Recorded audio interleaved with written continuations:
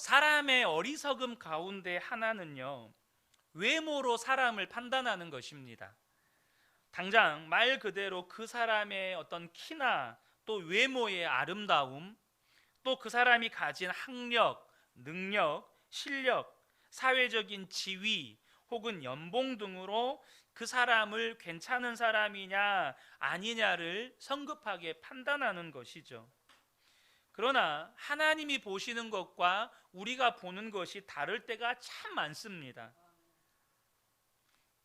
만약 나의 내면이나 내 실상은 그렇지 않은데 사람들에게 칭찬받고 살아가고 있다면 그것은 다행스러운 게 아니고 굉장히 위험한 겁니다. 오늘 우리가 살펴보려고 하는 이 사대 교회가 바로 그런 교회였습니다. 예수님께서 이 소아시아 7교회에 보낸 편지 가운데 이 사대 교회에 보낸 편지의 내용이 사실 우리에게는 가장 두려워해야 할 내용입니다. 1절을 보면 너는 살아있다는 이름은 있으나 실상은 죽은 것이다 라고 사대교회에 대해서 말씀하십니다. 이 말은 좀 풀어서 이야기하면 네가 살아있다고 깨어있다고 스스로 생각하고 사람들로부터 인정도 받고 있지만 너는 지금 사실은 죽어있다, 이렇게 말씀하시는 거예요. 두려운 말씀 아닙니까? 도대체 사대교회가 어떤 교회였길래 네가 겉으로는 살아있는 것 같지만 실상은 죽어있다라는 평가를 받은 겁니까? 사실 성경을 살펴보면 사대교회는 꽤나 괜찮은 교회였음을 알 수 있습니다. 당장 1절 말씀에 너는 살아있다는 이름을 가졌으나 라고 주님이 말씀하실 때 여러분, 살아있다는 이름을 갖기가 쉽지 않습니다. 무슨 말이냐? 여러분, 주변에 있는 사람들이 다 사대교회를 향해서 사대교회는 정말 살아있는 교회야, 정말 깨어있는 교회야, 정말 기도도 뜨겁고 예배도 뜨겁고 전도 봉사도 많이 하고 정말 은혜가 넘치는 교회야, 여러분, 이런 말을 듣기가 쉽습니까? 이런 말 듣기 정말 쉽지 않습니다. 지금 한국 교회 안에 그런 말을 듣는 교회가 그리 많지 않습니다. 그만큼 칭찬 듣고 좋은 교회라고 평가를 받았던 교회가 사대교회였는데 예수님께서는 그 사대교회를 향해서 뭐라고 말씀하시냐면 너는 죽은 교회다라고 말씀하셨다는 거예요. 이 편지를 받은 사대교회 성도들이 얼마나 당황스러웠겠어요. 대사도인 이 사도 요한으로부터 편지가 왔는데 그 편지에 예수님께서 하시는 말씀이 너는 살아있다는 이름은 가졌으나 죽어있다라는 내용이 써져 있어요. 우리 근혜교회에게 예수님께서 말씀하시는데 너희들은 살아있다는 말은 듣지만 실상은 죽어있다라고 말씀하신다면 얼마나 두려운 말씀입니까? 예수님은 왜 사대교회에게 이렇게 죽은 교회라고 극단적인 말씀을 하셨을까요? 말씀을 자세히 살펴보면 사대교회 성도들의 행위에 문제가 있었다는 것을 알 수 있어요. 1절 중반부에 보면 나는 네 행위를 안다라고 예수님이 말씀을 하십니다. 이 말씀의 의미에는 다른 사람들은 모르겠지만 나는 알고 있다라는 의미가 담겨 있는 거예요. 사람들은 보지 못하지만 나는 드러나지 않고 감추어진 것들을 다 알고 있다라는 말씀입니다. 그러니까 두려운 말씀이죠. 아직 사대교회 안에 사람들은 알지 못하는, 그러나 감추어져 있는 그들의 실상을 예수님께서 다 보았고 예수님께서 다 알고 계시다는 거예요. 2절을 보면 나는 네 행위가 나의 하나님 앞에서 완전하다고는 생각하지 않는다라고 말씀하십니다. 사람들이 사대교회를 막 칭찬하지만 사실 하나님이 보실 때는 전혀 그렇지 않다는 겁니다. 사람이 보지 못하는 중심을 보시는 하나님께 있어서 사대교회는 오히려 영적으로 죽어 있었다는 거예요. 여기서 완전하다라는 표현을 쓰신 것은 사대교회 성도들 스스로가 자신들을 완전하다고 생각했다는 거예요. 그러니까 예수님께서 나는 네 행위가 하나님 앞에서 완전하다고 생각하지 않는다, 이렇게 말씀을 하시는 거예요. 여러분, 세상에요, 자기가 완전하다고 생각하는 사람들이 있습니다. 예를 들면 바리새인 같은 사람들이죠. 예수님 당시에 바리새인들은 하나님의 말씀을 1.1획도 어기지 않으려고 열심으로 지켰고, 스스로도 또 다른 사람들도 이 바리새인들은 경건한 하나님의 사람들이라고 다 인정했습니다. 그래서 바리새인들 스스로도 자부심이 굉장히 강했어요. 그런데 중심을 보시는 예수님께서는 뭐라고 말씀하셨죠? 이 독사의 자식들아, 이 회칠한 무덤들아, 무덤 같은 자들이라고 하십니다.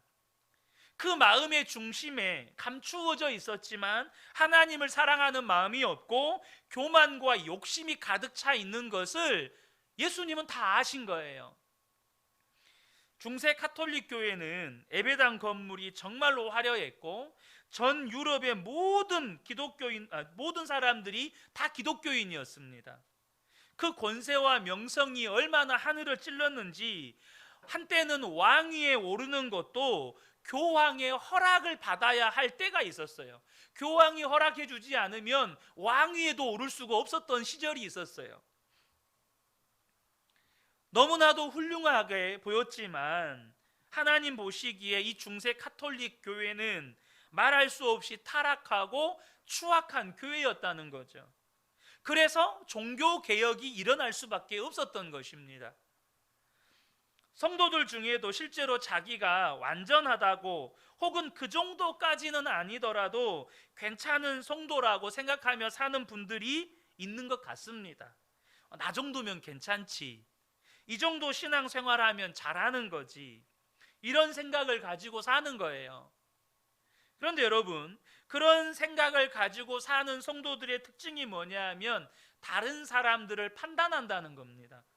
저 사람은 저게 문제고 이 사람은 이게 문제고, 새벽 예배도 안 하고 11조도 안 하고 봉사도 안 하는 사람이 무슨 성도냐, 무슨 그리스도인이냐, 끊임없이 이렇게 판단이 되는 거예요. 그것은 자기는 그 정도는 말을 해도 된다고 생각을 하는 것이죠. 문제는 우리 주님의 눈에 그 사람의 실상이 어떤가 하느냐예요. 하나님이 보시기에 저와 여러분의 실상이 어떤가 하느냐는 것입니다. 여러분 어떻다고 생각하십니까? 여러분이 생각하는 여러분 자신과 하나님이 생각하시는 여러분 자신이 똑같을까요? 다를까요? 이게 다르다면 이건 두려운 일입니다. 이건 무서운 일이에요. 특별히 우리가 사람의 평가에 연연해하는 것은 정말로 두려운 일입니다. 사람들이 나를 어떻게 볼까? 사람들이 나를 어떻게 평가할까? 거기에만 매여 있는 것, 그리고 사람들이 나를 좋게 보면 내가 좋은 줄로 알고 그렇게 살아가는 것, 결국 그 사람은 사람의 매인 삶을 살게 되는 겁니다. 사람들의 평가에 매인 삶을 살게 되는 거예요. 사람들의 평가로 자신의 인생을 결정하는 겁니다. 사실 사람들의 평가에 가장 예민한 직업군들이 대표적으로 연예인이나 정치인들이죠. 말 그대로 인기로 먹고 사는 직업 아닙니까? 제가 최근에 김창욱 교수의 강의를 하나 들었는데 이분이 예능 프로그램에 출연한 적이 있었대요. 몇 편의 예능 프로그램을 출연했는데 자기가 출연한 예능 프로그램은 하나같이 예외 없이 안 됐대요. 안 됐대요. 자기가 출연한 예능 프로그램은 안 됐다는 거예요. 근데 그 이유가 뭐냐면 이게 예능 프로에 나가 보니까 이게 말만 예능이지 그 웃음 뒤에 감추어진 그 긴장감이 이루 말할 수가 없는 거예요. 자신을 어떻게 하면 사람들 앞에서 잘 돋보이게 만들까? 어떻게 하면 내가 사람들에게 돋보이는 멘트를 하나라도 치고 나갈까? 이것을 서로 웃으면서 이 프로그램을 이끌어가면서 서로 치고받고 내가 좀 더 돋보이기 위해서 그 살벌한 경쟁은 평상시에 강연하고 사람들이 웃고 호응해주는 그런 분위기 속에서 자기는 자신의 모든 것을 펼쳤던 사람인데, 내가 뭔가 조금이라도 웃기면 사람들이 긴장하기 시작하고 경계하기 시작하고 견제하기 시작하는 그 예능 프로그램에서 도무지 자신이 적응이 안 되더라는 거예요. 그런데 여러분, 이 모습이 오늘날 예수를 믿는 성도들 안에도 있는 거예요. 다른 성도들의 평가, 다른 사람들이 나를 어떻게 보냐, 여기에 너무나도 많은 성도들이 마음을 뺏긴다는 거죠. 실제로 사대교회의 죄는 버가모 교회나 두아디라 교회처럼 성도들 중에 세상과 타협하고 음란방탕하고 우상 숭배하는 그런 죄에 대한 책망이 아닙니다. 오히려 교회 안에서 신앙생활을 잘하는 사람들, 저분은 예수를 참 잘 믿어, 저분은 교회 일꾼이야, 저분은 교회 기둥이야, 바로 이렇게 칭찬받는 성도들의 죄에 대해서 하나님께서 말씀하고 계시는 거예요. 사람들이 그렇게 이야기하니까 진짜 자기가 훌륭한 사람이라고 생각하는 겁니다. 그러나 하나님이 나를 어떻게 보실까에 대해서는 전혀 모르는 사람이에요. 사실 많은 성도님들이 이 부분에 대해서 착각을 하고 삽니다. 당장 목사인 저부터요, 성도들이 설교 잘한다, 은혜 받았다, 사역 잘한다, 목사님이 없으면 우리 교회가 안 돌아간다, 그런 칭찬의 말을 듣고 살면서 나도 모르게 나를 속이고 사는 거예요. 정말로 괜찮은 목사인 줄로 스스로 착각하면서 사는 겁니다. 그러나 주님께서 저의 실상을 드러내셨을 때에 그 비참함은 이루 말할 수가 없어요. 내가 이 세상에서 가장 더럽고 추한 존재인 것이 깨달아지고, 내가 얼마나 껍데기만을 붙잡고 거기에 연연하고 살았는지 이것이 깨달아지고, 여러분 도대체 이게 뭘 의미하는 걸까요? 그 전에는요, 제가 진짜 괜찮은 목사라고 생각을 했다니까요. 근데 나중에 알고 보니까 내가 껍데기만 붙잡고 살았고 내가 세상에서 가장 추악한 죄인이라는 것을 깨닫게 되는 여러분, 이 실상이 뭘 말하는 거죠? 하나님이 보시는 것과 우리가 보는 게 다르다는 거예요. 사무엘상 16장 7절에 내가 보는 것은 사람과 같지 아니하니 사람은 외모를 보거니와 나 여호와는 중심을 보느니라. 여러분, 그러므로 저와 여러분이요, 마음이 준비되어야 하나님 앞에 설 수 있는 겁니다. 마음의 중심이 준비되지 않는 사람은 절대 하나님 앞에 설 수가 없어요. 밖에서는 그렇게 좋은 사람인데 집에 들어오면 폭력을 휘두르는 사람들이 있죠. 화장은 그렇게 예쁘게 하고 다니는데 방은 그렇게 어지럽히고 다니는 사람들이 있죠. 여러분, 사람은요, 절대 사람의 실상을 알지 못합니다. 그러므로 우리가 사람의 평가에 연연하고 거기에 목매고 살면 안 된다는 거예요. 하나님이 나를 보시면서 너무너무 안타까워하시고 괴로워하시는데 나는 스스로를 막 자랑스럽게 생각하면서 살아요. 나만큼 헌신하는 사람이 어디 있어? 나만큼 하면 됐지. 나만큼만 하라고 그래. 이런 생각을 하며 사는 사람들이 있죠. 바로 그런 사람들이 살았다 하는 이름은 가졌는데 실상은 죽은 자라는 거예요. 나는 좀 괜찮아, 이 정도면 됐지. 그런데 사도교회를 향하여서 너는 죽었다라고 말씀하시는 이 주님의 마음은 진노의 마음이 아닙니다. 오히려 눈물과 안타까움의 심정이세요. 사대교회가 진짜 죽었다면 그런 편지를 왜 보냅니까? 아예 보낼 필요가 없죠. 주님은 사대교회에 네가 죽었다는 편지를 보내시는 것은 아직도 사대교회에 가능성이 있기 때문입니다. 지금 사대교회에는 죽어가는 사람들이 있어요. 3장 2절을 다시 한번 보겠습니다. 깨어나라. 그리고 아직 남아있지만 막 죽어가는 자들을 굳건하게 하여라. 이 본문에 보면 막 죽어가는 자들이라는 표현을 쓰고 계세요. 여러분, 죽은 시체를 보신 적이 있습니까? 아예 죽은 시체를 보면 어떻습니까? 끔찍하고 슬프죠. 그러나 막 죽어가는 사람을 보면 어때요?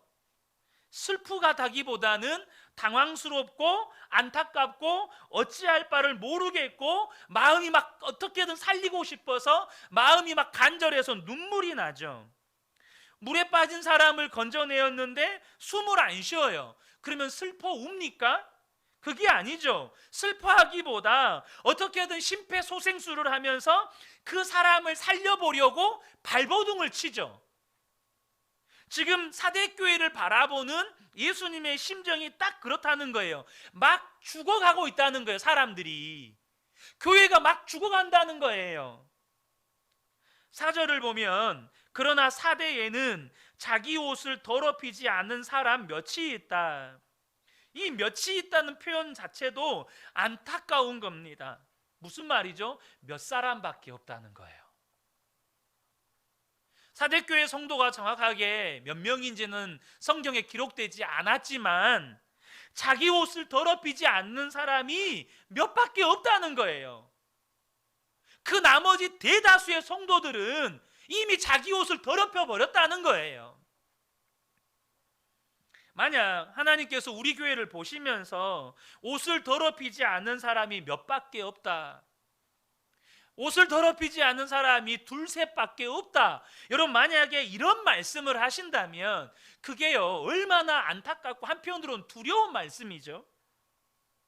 그런데요 아직 죽지 않은 그 몇 사람 때문에 주님께서 사대교회에게 편지를 하신 겁니다. 사람의 평가에 연연해 하지 않고 정말로 주님만을 바라보는 사람, 그 사람들이 교회의 생명을 유지하는 사람들이에요. 여러분들은 교회의 생명을 유지하는 사람들입니까? 아니면 정말로 주님의 마음을 슬프게 하는 죽어있는 사람들입니까? 문제는 지금 현재 이 사도교회의 문제는 뭐냐면 그 살아있는 사람들마저 자기 옷을 더럽히지 않은 그 몇 사람들마저 죽어가고 있는 거예요. 어떤 사람들을 죽어가고 있는 사람들이라고 말하는 겁니까?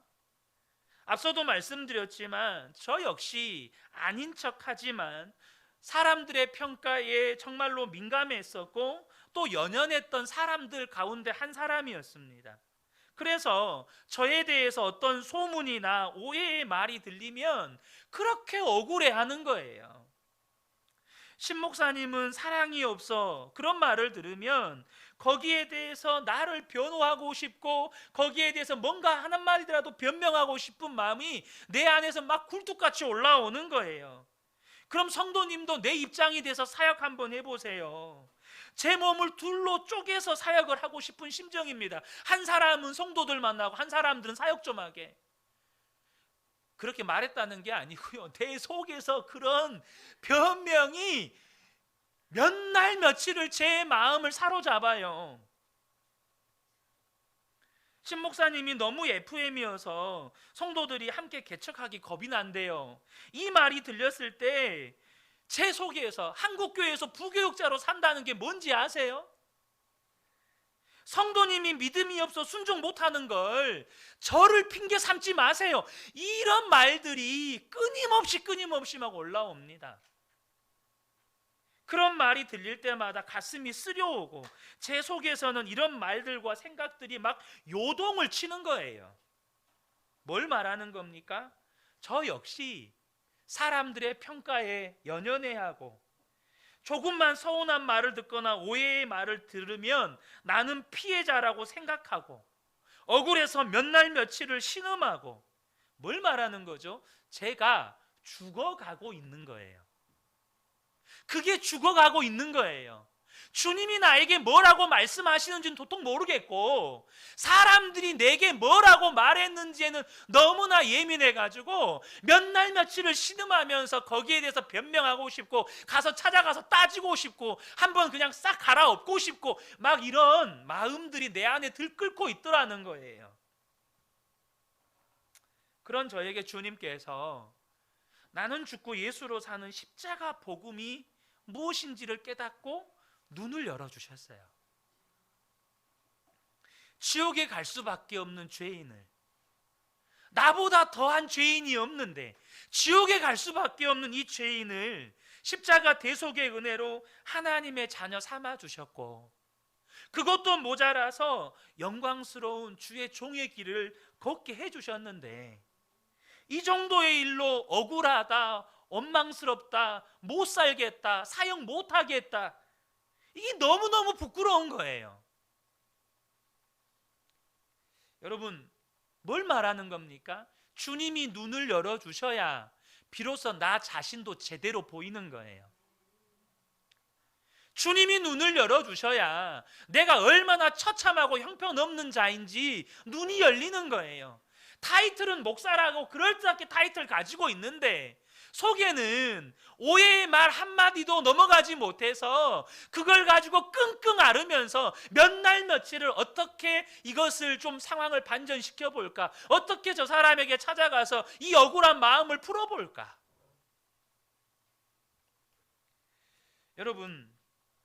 여러분이 기도할 때 주님은 뭐라고 말씀하실 것 같습니까? 갑자기 주님의 음성이 들려와요. 내가 네 모든 행위를 다 알고 있다. 이 음성이 들려와요. 벌써부터 흠칫 놀라시는 분들 계시죠? 주님이 내가 네 모든 행위를, 네 모든 마음을, 네 중심을 다 알고 있다 라고 이 말씀하셨을 때 어떤 분은 와, 주님이 다 알고 계시네, 너무 좋다, 주님이 알고 계신다니 그것으로 난 됐다, 이런 분이 있을 거고, 주님이 알고 계셔? 나 어떡하지? 나 이제 어떻게 하지? 주님이 다 알고 계시는데? 이런 분이 계실 거예요.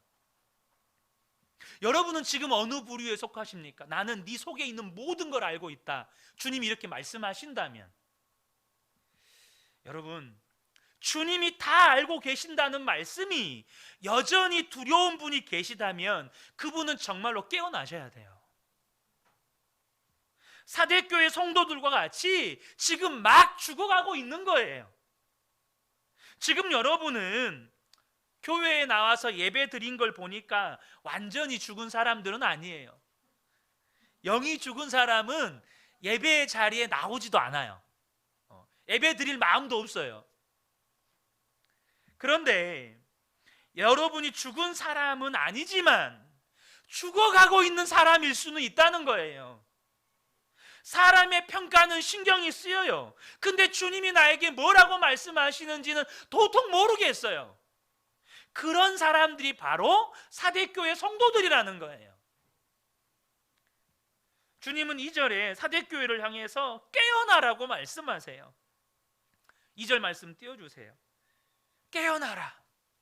사도 바울이 에베소서에서도 동일한 말씀을 하시는데요, 에베소서 5장 14절에 이르기를 잠자는 자여 깨어서 죽은 자들 가운데서 일어나라, 그리스도께서 너에게 비추이시리라. 이 잠자는 자들이라고 하셨는데, 잠자는 자들이 어떤 이들입니까? 사람들이 평가하는 건 알겠어요. 그런데 하나님이 나에게 뭐라고 말씀하시는지는 모르는 사람들이에요. 사람들 앞에서는 별로 꿀릴 것이 없어요. 사람들 앞에서는 괜찮아요. 그런데 하나님이 보실 때는 탄식하세요. 이런 사람이 잠자는 사람들이라는 거예요. 여러분은 지금 주님이 여러분에게 뭐라고 말씀하시는지 알고 계십니까? 그것이 여러분에게 사람들의 평가보다 더 중요한 거라는 거예요. 한국 교회는 정말로 굉장히 좋은 평가를, 세계 교회에서 좋은 평가를 받은 교회입니다. 세계 기독교 역사에 이런 나라가 없어요. 선교사가 들어와서 복음을 전하기도 전에 성경, 번역된 성경이 먼저 들어와서 예수를 믿는 사람들이 이미 있었어요. 복음이 들어온 지 100년이 안 돼서 전 세계에 유례가 없는 부흥을 경험했고, 지금은 전 세계에서 두 번째로 선교사를 많이 파송하는 그런 나라가 되었습니다. 또 예배당은 얼마나 크고 화려한지 세계 10대 교회 가운데 7개 교회가 한국에 있어요. 또 기도는 얼마나 열심히 하는지 한때 미국에 있는 목사님들이 한국 교회에 새벽 예배 투어를 오실 정도였어요. 한국 교회 새벽 예배를 배워보자고. 한때 한국 교회가 사람들에게는 그런 평가를 받는 교회였어요. 그런데 하나님이 어떻게 보셨는지는 다른 문제라고요. 몇 년 전에 한국 복음주의 협의회 한국 교회를 대표하는 세 분의 목사님이 공개 회개를 하셨습니다. 그 목사님이 공개 회개를 했던 내용을 몇 소절만 소개를 하면, 한 분 목사님은 이렇게 말씀하셨어요. 1945년 해방 후 개신교의 분열을 막지 못한 책임이 저에게 있습니다. 교만해서 다른 사람을 저주하고 마귀당이라고 공격했고, 사랑이 없어 밥도 같이 먹을 수 없다고 생각했습니다.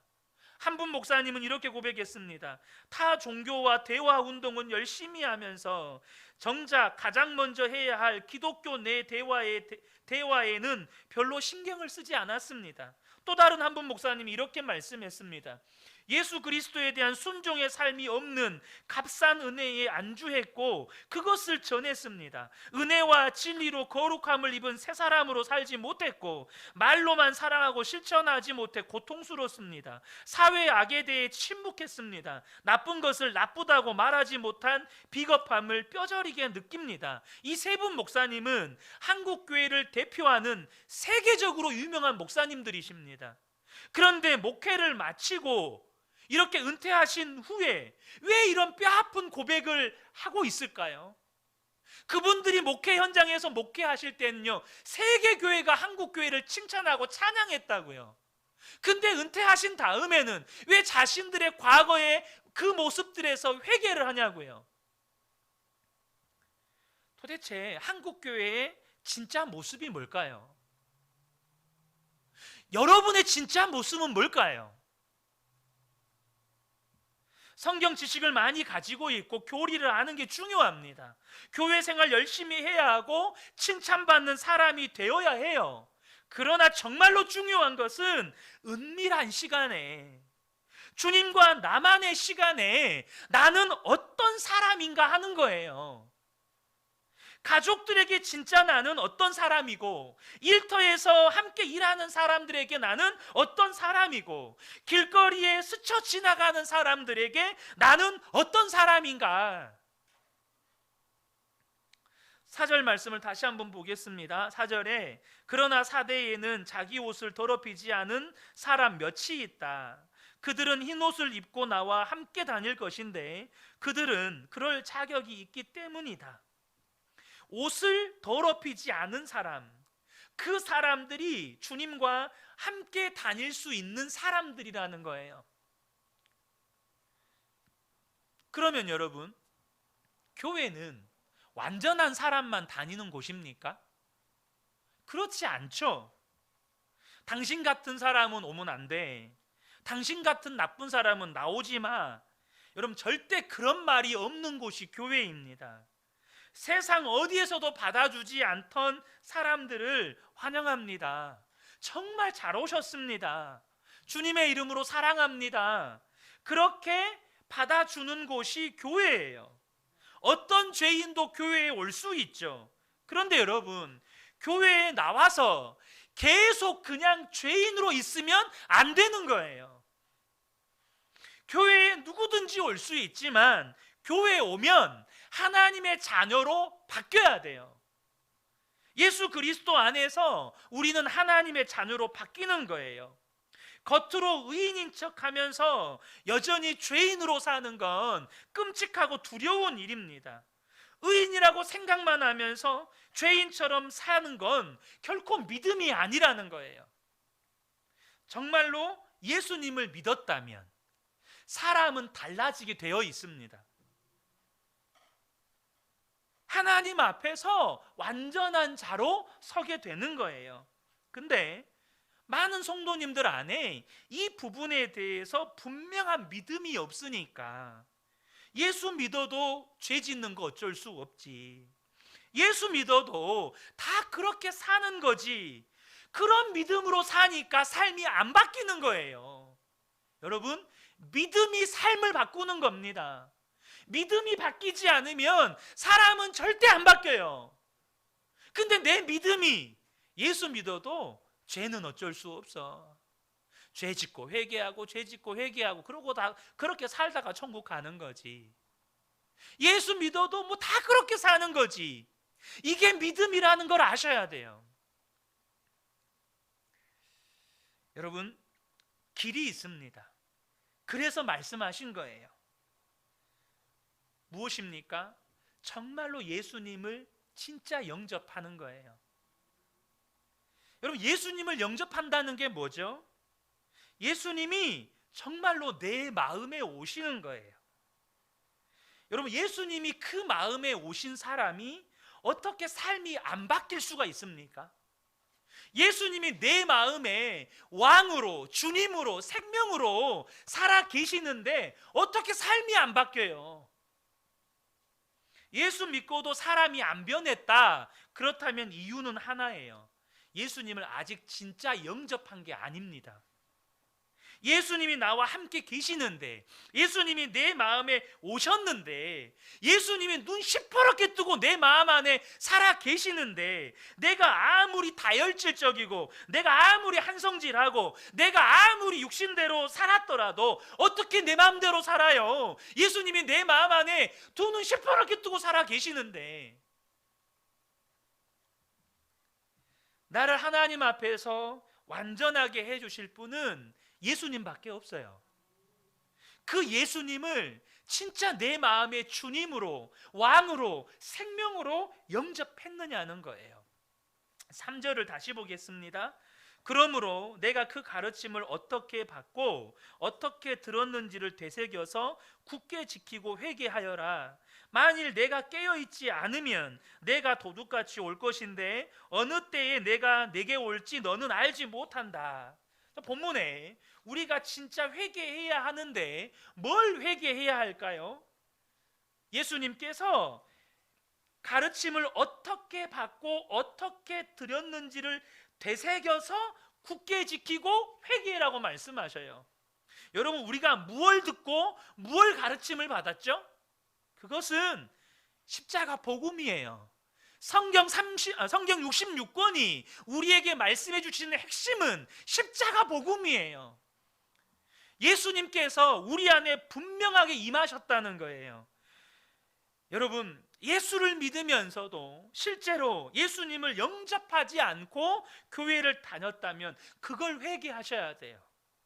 예수님을 영접했다고 하면서 주님을 전혀 바라보지 않고 살고 있다면 그걸 진짜 회개하셔야 돼요. 예수님을 진짜 믿어야 한다는 겁니다. 그러면 절대 사대교회와 같이 될 수 없는 거예요. 제가 그제 예수 동행일기에 썼던 내용인데요, 제가 지난 금요일에 저희 어머니를 모시고 저희 외할아버지 댁을 갔습니다. 저희 외할아버지가 은퇴 장로님이신데 몇 개월 전에 직장암 수술을 하시고 이제 집에서 요양을 하고 계시는 그런 상태예요. 근데 연로하셔서 체력적으로 그 수술을 잘 감당을 못 하시고 계세요. 그런데 저희가 가기 전날 저녁에 이제 외삼촌이 함께 계시면서 식사하셨는데 속에서 탈이 났는지 밤새 복통과 또 이렇게 토하시고 막 이렇게 하시다 보니까 아침 점심을 다 거르셨어요. 그럼 문제는 체력이나 혹은 수술 후에 일어나는 각종 부작용이나 고통의 문제가 아니었습니다. 제가 저희 외할아버지를 직장암 판정받고 항암 치료하시고 수술받고 지금 회복하는 과정 가운데에 외할아버지의 반응을 보니까 아직 하나님 앞에 설 준비가 안 되셨다라는 생각을 떨칠 수가 없는 거예요. 그래서 이번에 외할아버지 댁에 가면 꼭 붙잡고 기도를 해드리고 와야겠다는 생각을 굳게 가지고 갔습니다. 워낙 기운이 없으시고 계속 누워 계셔서 긴 이야기를 나누지 못했지만 이제 나오기 전에 외할아버지 누워 계시는 침상으로 가서 잠깐 이야기를 나눴어요. 여러분, 의사들도요 자기 가족 수술은 못한다는 말이 있습니다. 사실 목사지만 이제 솔직하게 얼마 살 날이 남지 않은 외할아버지 앞에서 할아버지 이제 하나님 앞에 서실 준비하셔야 합니다, 이 말 하기가 쉽지는 않았어요. 근데 외면할 수 없는 일이잖아요. 그걸 피할 수 없는 길이잖아요. 피할 수 있습니까? 말 안 하면 그게 외면이 피해지는 겁니까? 그래서 조심스럽게 할아버지, 저도 할아버지도 다 가는 길 이제 정말로 하나님 앞에 서실 준비하셔야 됩니다. 정말로 하나님 앞에 서실 준비하셔야 합니다. 그리고 할아버지를 붙잡고 기도하면서 십자가 복음을 다시 전하고 오직 예수님과 하나님 나라 소망 붙잡고 사실 수 있도록 기도를 해드리는데 기도가 끝나니까 할아버지가 한참을 우시는 거예요. 여러분, 사람마다 차이는 있겠으나 누구도 예외 없이 우리는 하나님 앞에 홀로 서게 되어 있습니다. 반드시 하나님 앞에 홀로 서요. 그때 다 드러나는 거예요. 내가 이 땅에서 뭘 붙잡고 살았나? 내가 정말로 뭘 믿고 살았나? 내가 목사고 장로고 권사였다는 것이 하나님 앞에서 아무런 의미가 없어요. 내가 얼마나 헌신했고 사람들에게 어떤 평가를 받았는지도 아무런 의미가 없어요. 사람은 누구나 다 죄의 본성이 있고 육신적이에요. 이기적이고 다 자기 중심적입니다. 누구도 여기에서 자유로울 수가 없어요. 그러나 정말로 예수님을 구주로 영접하고 예수님을 믿게 되면 우리는 절대 육신대로 본성대로 살 수 없게 돼요. 그리고 하나님 앞에 정말로 온전하게 살게 됩니다. 여러분, 이것이 예수 믿는 거예요. 물론 예수 믿는 사람도 죄로 넘어질 수 있습니다. 그러나 즉시 깨닫고 회개하게 돼요. 그러면 하나님께서 다시 정결하게 해주시죠. 이 사람들이 바로 흰옷을 입은 사람들이에요. 그러나 주님을 바라보지 않은 사람은 자기가 무엇을 회개해야 될지도 몰라요. 하나님이 나에게 뭘 말씀하시는지도 몰라요. 사랑하는 성도 여러분, 주님을 항상 바라보는 사람이 오늘 5절의 말씀에 하나님의 생명책에 이름이 기록된 사람이에요. 사랑하는 성도 여러분, 정말로 주님만 바라보고 사셔야 돼요. 주님이 나에게 뭐라고 말씀하셨는지 들으셔야 돼요. 사람들이 나에게 뭐라고 말했는지, 물론 나에게 신앙적인 권면이나 또 나를 축복하는 말들 들으셔야죠. 하지만 이렇다 저렇다 거기에 마음을 뺏길 여러분, 우리가 그럴 여력이 없어요. 얼마나 이 시대가 혼탁해요. 주님만 바라보셔야 합니다. 그 사람이 주님 앞에서 온전하게 사는 겁니다. 이 은혜가 우리 모든 성도님들께 충만하게 임하시기를 예수님의 이름으로 축복합니다. 아멘.